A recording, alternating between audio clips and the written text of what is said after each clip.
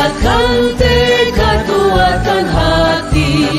Negeri ini memanggilmu kawan, belajar bergerak berbagi untuk. Assalamualaikum warahmatullahi wabarakatuh. Waalaikumsalam warahmatullahi wabarakatuh. Apa kabarnya Bu Eni hari ini? Alhamdulillah sehat. Gimana kabarnya Bu Indah? Alhamdulillah sehat juga Bu Eni. Nyun sewu Bu Eni, seperti kesepakatan kita kemarin bahwa hari ini saya akan mewawancarai Bu Eni terkait dengan pengambilan keputusan. Bagaimana Bu Eni? Oke, insya Allah untuk hari ini karena tidak ada kegiatan saya siap untuk diwawancarai berkaitan dengan tugas Bu Eni. Oke, terima kasih Bu. Tentunya Bu Eni pernah mengalami situasi di mana Ibu itu harus mengambil suatu keputusan yang bijak. Boleh mungkin Ibu ceritakan? Oke. Untuk setiap sekolah dan seorang kepala sekolah pasti ada masalah. Nah, masalah itu yang pernah saya alami, terutama pada saat kita penentuan KKN untuk yang Kenaikan kelas. Kan untuk kurikulum 13 itu kan ada standar gimana atau KKN-nya.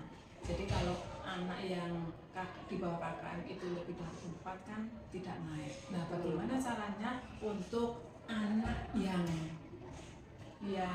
untuk berpikirnya, untuk belajar itu masih rendah, otomatis kan kita juga harus berpikir ke sana ya, harus mempertimbangkan bagaimana anak itu bisa di atas KKN.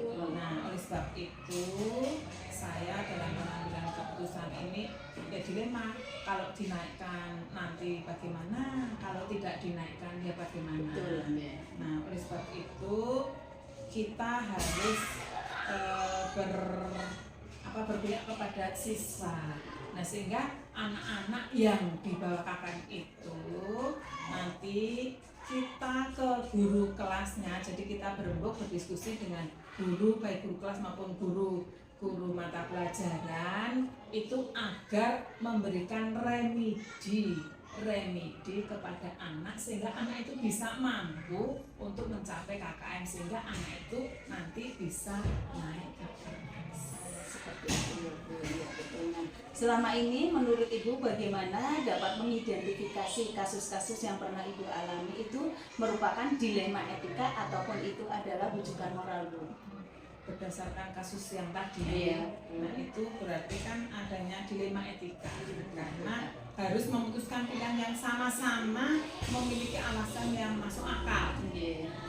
Nah, sehingga untuk mengidentifikasi antara dilema etika dan atau rujukan moral itu dapat dilihat dari alasan pembuatan keputusan. Nah, jika alasan itu masuk akal, kemudian logis dan sesuai dengan aturan, maka itu masuk pada dilema etika.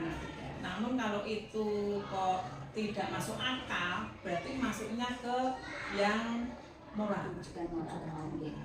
Nah, selain itu juga kita harus mempertimbangkan apakah kasus itu bertentangan dengan hukum atau aturan-aturan yang ada apa tidak. Jadi selama ini bagaimana Ibu menjalankan pengambilan keputusan di sekolah Ibu, terutama untuk kasus-kasus di mana ada dua kepentingan yang sama-sama benar atau sama-sama mengandung nilai kebijakan. Nah, dalam pengambilan keputusan mesti kan tidak langsung diputuskan dulu, harusnya ditelusuri dulu, ditelusuri akar permasalahannya.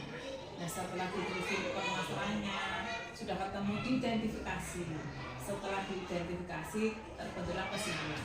Nah, sebelum ke keputusan ini didiskusikan dulu dengan berbagai pihak, terutama pada rekan sejawat, dengan guru-guru, warga sekolah, sehingga keputusan yang diambil itu benar-benar berdasarkan fakta, kemudian siapa sih yang terlibat, kemudian dianalisis benar salahnya, sehingga akan menimbulkan keputusan yang benar-benar bijaksana dan benar-benar memihak kepada siswa. Nah, harus diprioritaskan, keputusannya harus diprioritaskan. Kemudian setelah dibuat keputusan, terus ada juga alternatif solusinya, kemudian kita bisa merefleksikan. Seperti itu ya, bagus sekali Bu. Kemudian langkah-langkah apa atau prosedur seperti apa yang biasa Ibu lakukan selama ini? Langkah yang pertama jelas tadi mencari akar permasalahan. Akar permasalahan itu apa? Kalau tidak dicari akar permasalahan, takutnya kita itu salah mengambil keputusan. Setelah tahu tadi akar permasalahannya, kemudian didiskusikan dengan warga sekolah. Kemudian setelah didiskusikan, pasti kan nanti ada solusinya, ada solusinya. Kemudian solusi keputusannya. Kemudian selain itu kan kita juga bisa mempertimbangkan berbagai sudut pandang dalam keputusan itu, pengambilan keputusan itu, sehingga keputusan itu menghasilkan keputusan yang terbaik. Baiklah Bu, terus menurut Ibu hal-hal apa saja yang selama ini mungkin menurut Ibu itu paling efektif dalam pengambilan keputusan pada kasus-kasus yang terkait dengan dilema etika? Yang pertama jelas adanya preventif. Preventif itu kan pencegahan sebelum terjadi. Jadi yang pertama itu preventif, kemudian setelah pencegahan kemudian kita telaah siapa yang terlibat di dalamnya, kemudian kasus itu urgent banget apa tidak, kemudian pengambilan alternatif diskusi itu kita selain itu juga membayangkan panutan yang bisa kita contoh, yang bisa kita ambil teladannya, terutama tokoh-tokoh yang benar-benar bijak. Pengambilan keputusan tadi kan juga mempertimbangkan situasi terus kepentingan yang terlibat. Jadi untuk siswa yang mengalami nilai di bawah KKM yang seperti tadi dikatakan ya, itu akan melakukan remedial. Jadi tidak terus ditambah nilai itu tidak. Jadi anak yang di bawah KKM itu harus diberi remedi. Sebelum diremedi itu gurunya menganalisis yang kesulitan soal-soal yang mana, kemudian dibahas ulang dulu ke anak, baru diadakan remedi. Nah setelah diadakan remedi, nilainya itu kan tidak mungkin misalnya nilai 100, kakaknya 75. Tidak mungkin anak yang remedi yang di bawah kakak itu setelah remedi nilainya langsung 100, tidak sesuai dengan KKM. Nanti kalau setelah remedi nilainya 100, padahal yang tidak remedi tadi cuma 80, kan merugikan kalau langsung ditambahkan di situ. Iya, jadi setelah remedi tadi walaupun nilainya 100 atau 90, ya nilainya pas kakak. Jadi tidak merugikan anak-anak yang tidak benar-benar tidak remedi, benar-benar di atas kakak. Baik Bu, hal-hal apa saja yang selama ini merupakan tantangan dalam pengambilan keputusan dan pada biasanya yang terjadi pada kasus-kasus dilema etika? Dalam mencari keputusan itu pasti kita mencari keputusan yang terbaik, harus berpihak pada yang adil ya, yang berpihak kepada kedua belah pihak, tidak hanya berpihak salah satu saja, tapi benar-benar yang berpihak kepada dua-duanya, kedua belah pihak. Kemudian di saat keputusan yang diambil bertentangan dengan keputusan dari pihak lembaga yang diambil, terkadang itu kan kalau melanggar prinsip keadilan bagi anggota yang lain. Nah, karena seolah-olah itu ada perlakuan yang istimewa, makanya kita mengambil keputusannya harus benar-benar adil, jangan sampai melanggar aturan-aturan yang berlaku. Karena kita itu sebuah institusi lembaga, pasti ada aturan yang harus kita lakukan. Mungkin selanjutnya Bu, apakah menurut Ibu memiliki suatu tata cara atau jadwal tertentu dalam sebuah penyelesaian kasus dalam dilema etika ini? Apakah Ibu itu langsung menyelesaikan di tempat atau memiliki sebuah jadwal untuk menyelesaikan? Menurut Ibu, bentuk atau prosedur yang bagaimana yang biasa Ibu jalankan?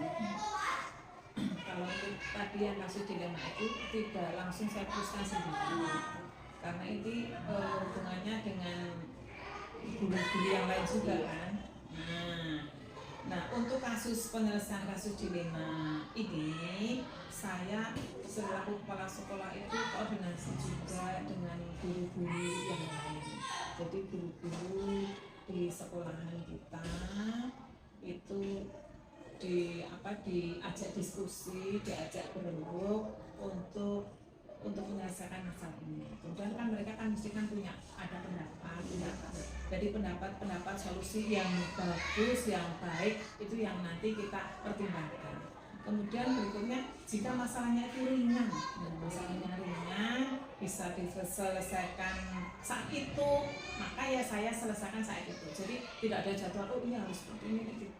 Jadi tidak ada jadwal tertentu hari apa itu tidak. Jadi kalau melihat kasusnya, kalau kasusnya ringan ya langsung bisa saya selesaikan sendiri selaku kepala sekolah. Tapi kalau kasusnya berat ya tadi kita juga harus koordinasi dengan teman-teman. Selain itu kan juga harus koordinasi juga dengan atasan, kan kita juga punya atasan. Kemudian ada stakeholder juga kalau itu dibutuhkan. Terus adakah menurut Ibu seseorang atau faktor-faktor yang mungkin selama ini mempermudah atau membantu Ibu dalam pengambilan keputusan terkait dengan kasus-kasus dilema etika ini?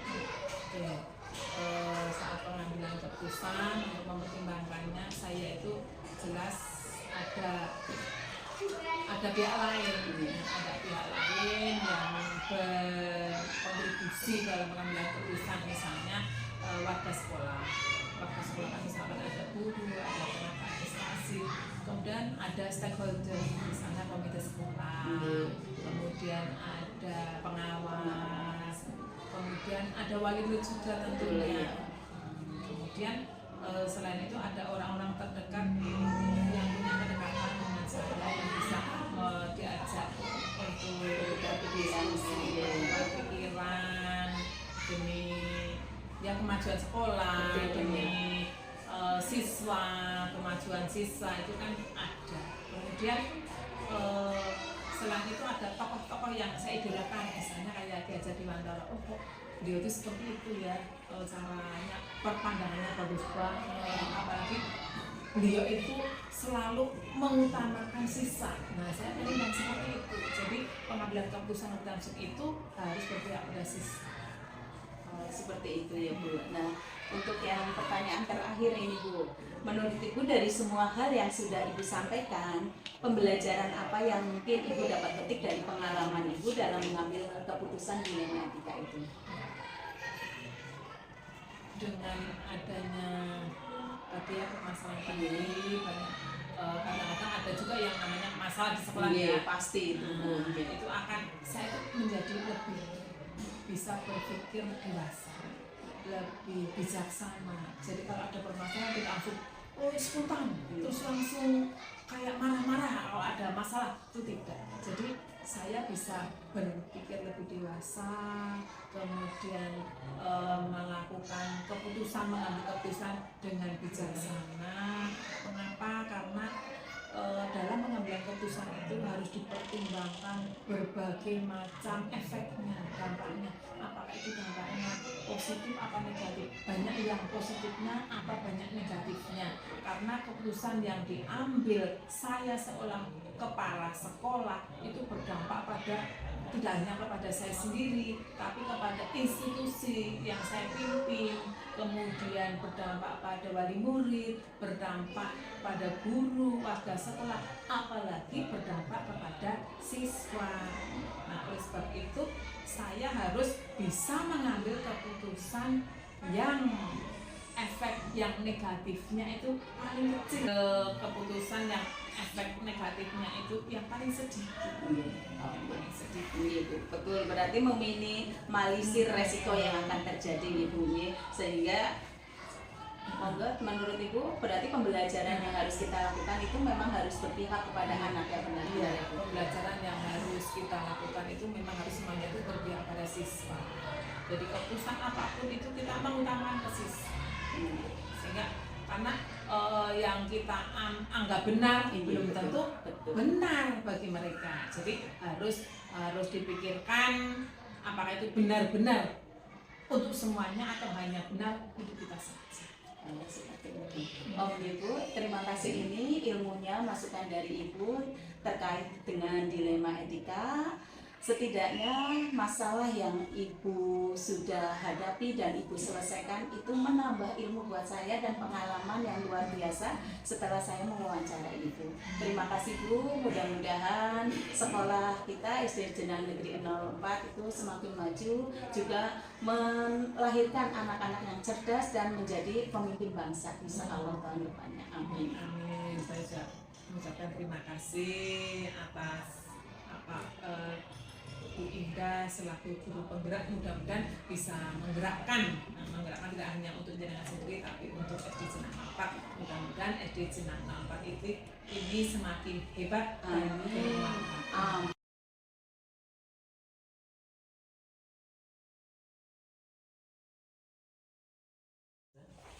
Assalamualaikum warahmatullahi wabarakatuh, Pak Mus. Waalaikumsalam warahmatullahi wabarakatuh. Apa kabar nih Pak Mus hari ini, Pak Mus? Alhamdulillah, kabar baik Bu Ida.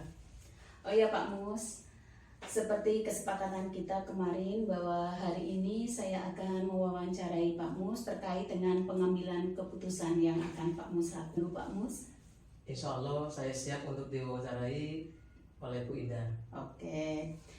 Tentunya Pak Mus pernah mengalami situasi di mana Bapak harus mengambil keputusan yang bijak. Boleh mungkin Pak Mus ceritakan, silakan. Kasus yang pernah saya hadapi di sekolahan yaitu pada saat pengambilan keputusan tentang kedisiplinan. Tentang kedisiplinan siswa. Oh iya. Nah, mungkin selama ini bagaimana Bapak dapat mengidentifikasi kasus-kasus yang merupakan dilema etika atau bujukan moral? Saya melihat dari segi hukum, apabila kasus tersebut melanggar hukum, maka sudah tentu benar lawan salah. Namun jika masih bisa dikelaskan benar lawan benar, maka dilema etika. Dengan cara menganalisis apakah keputusan yang akan diambil antara benar versus salah atau bujukan moral, ataukah benar versus benar, dilema etika. Kalau dilema etika lebih menekankan pengambilan keputusannya yang tepat dan bijaksana. Tidak ada keputusan yang salah di dalamnya, sedangkan bujukan moral antara benar versus salah. Begitu Bu Indah. Oh seperti itu ya Pak ya. Kemudian selama ini bagaimana Bapak menjalankan pengambilan keputusan di sekolah Bapak? Ya terutama dengan kasus-kasus di mana ada dua kepentingan yang sama-sama benar dan sama-sama mengandung nilai kebajikan. Dalam pengambilan keputusan harus dimusyawarahkan terlebih dahulu dengan seluruh guru atau warga sekolah, dan sebelum keputusan diambil terlebih dahulu dikumpulkan fakta siapa yang terlibat, menganalisis benar salahnya, membuat alternatif solusi, dan membuat keputusan kemudian merefleksikannya. Gitu. Tentunya di awal dengan penelusuran masalah, kemudian mengidentifikasi masalah hingga terbentuklah kesimpulan, dan dari kesimpulan inilah sebagai dasar dalam pengambilan keputusan. Utamakan yang menjadi prioritas dengan keputusan berpihak pada murid, tapi tetap memegang teguh kebijaksanaan. Oh iya betul Pak Mus, berarti keputusan yang nanti Pak Mus sampaikan itu dengan keputusan yang berpihak kepada siswa ya Pak Mus ya. Ya selanjutnya langkah-langkah atau prosedur seperti apa yang biasa Bapak lakukan selama ini?